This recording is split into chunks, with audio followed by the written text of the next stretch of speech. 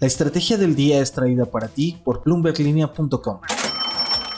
Muy buenos días. Crece la polémica del Tren Maya en todos los frentes. Hablamos de las últimas noticias en torno a la obra y también la actualización en los costos. También nos acercamos al dato oportuno del PIB de México. ¿Qué podemos esperar? Y en asuntos corporativos, la dueña de Louis Vuitton y Walmart. ¿A quién le fue bien y a quién le fue mal? ¿De qué estamos hablando? Adentrémonos en el capítulo del Tren Maya, quizá la más polémica de todas las obras de este sexenio, al estar enfrentando críticas por la ocupación de terrenos, conflictos sociales, daño ambiental a la selva, áreas naturales protegidas, pero también el costo.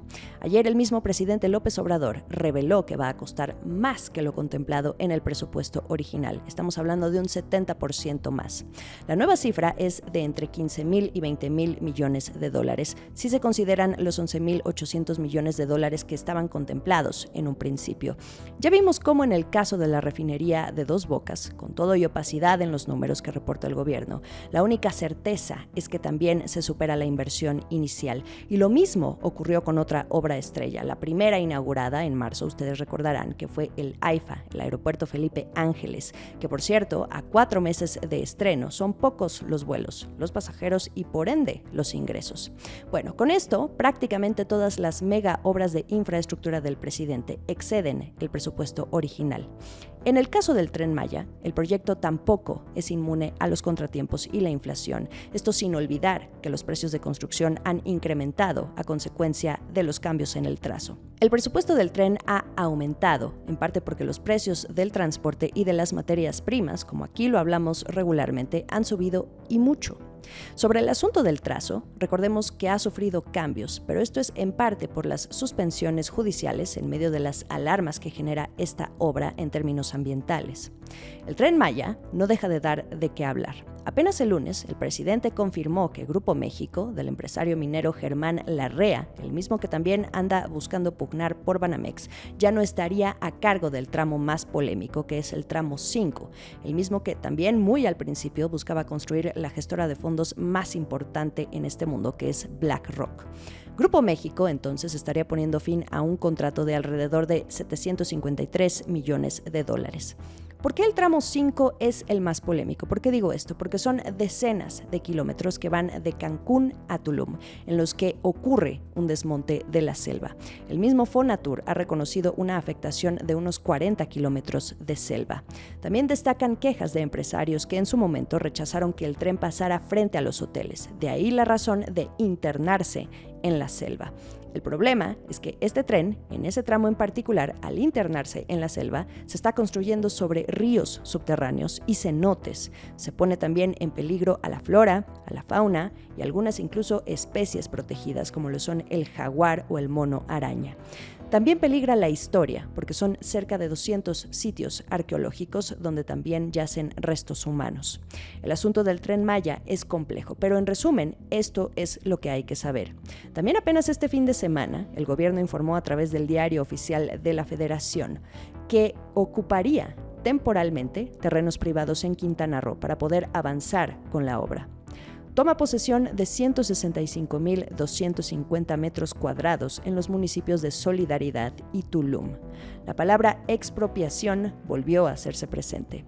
¿Y qué dice el presidente hasta el momento? Que no, que la megaobra no destruye la selva ni molesta a nadie. Hace unas semanas, sin embargo, el gobierno también declaró a esta obra como un asunto de seguridad nacional. Esto impediría que los amparos promovidos hasta el momento por parte de organizaciones ambientalistas sigan retrasando el avance en la obra. El presidente insiste en que se inaugure sí o sí a finales del próximo año, es decir, en 2023. La mayor crítica que ha recibido no el Tren Maya, sino también la refinería, que aún no refina petróleo, y un aeropuerto, que solo pocas veces a la semana ve despegar aviones, es que esta también sería un elefante blanco, al tiempo. Esto es el dato del día.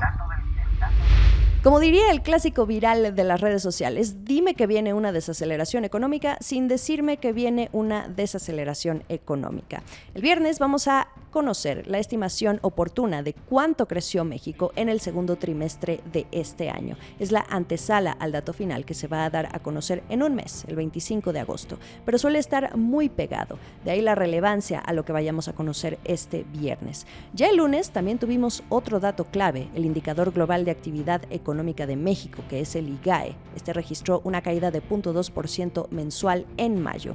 Es la primera vez que ocurre esto desde octubre del año pasado. Según analistas, esto confirma que México se enfila hacia una desaceleración. ¿Y qué nos dicen en Bloomberg Línea?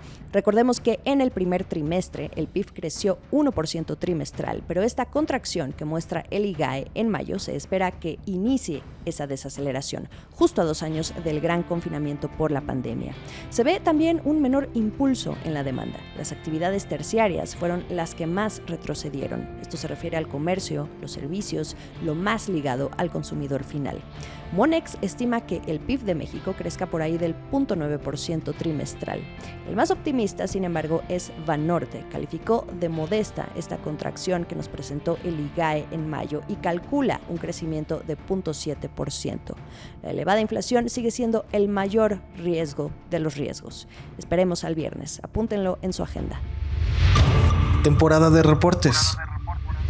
Directo a la temporada de reportes, al dueño de Louis Vuitton y Tiffany, el conglomerado francés LVMH, le están haciendo fiesta a las bolsas, los vinos y los licores. Buena combinación. La empresa reportó un aumento en sus ingresos al segundo trimestre, demostrando una vez más que el gusto por el lujo no se quita ni en medio de los temores inflacionarios, ni tampoco por los confinamientos que sigue habiendo en China, un mercado importante en este segmento cuando se habla de lujo. Los ingresos orgánicos en la unidad de moda y joyería crecieron 19% frente al 17% que se esperaba, mientras que la división de vinos y licores subió en un 30% los ingresos.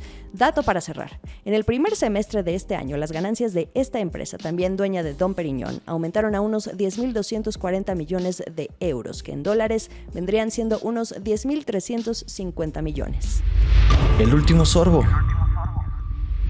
Y ya que andamos en temas de reportes, Walmart no trae contentos a los inversionistas. Esta empresa, la más importante cadena minorista de todas, en su reporte al segundo trimestre redujo por segunda vez en el año su expectativa de ganancias, hasta en un 13%.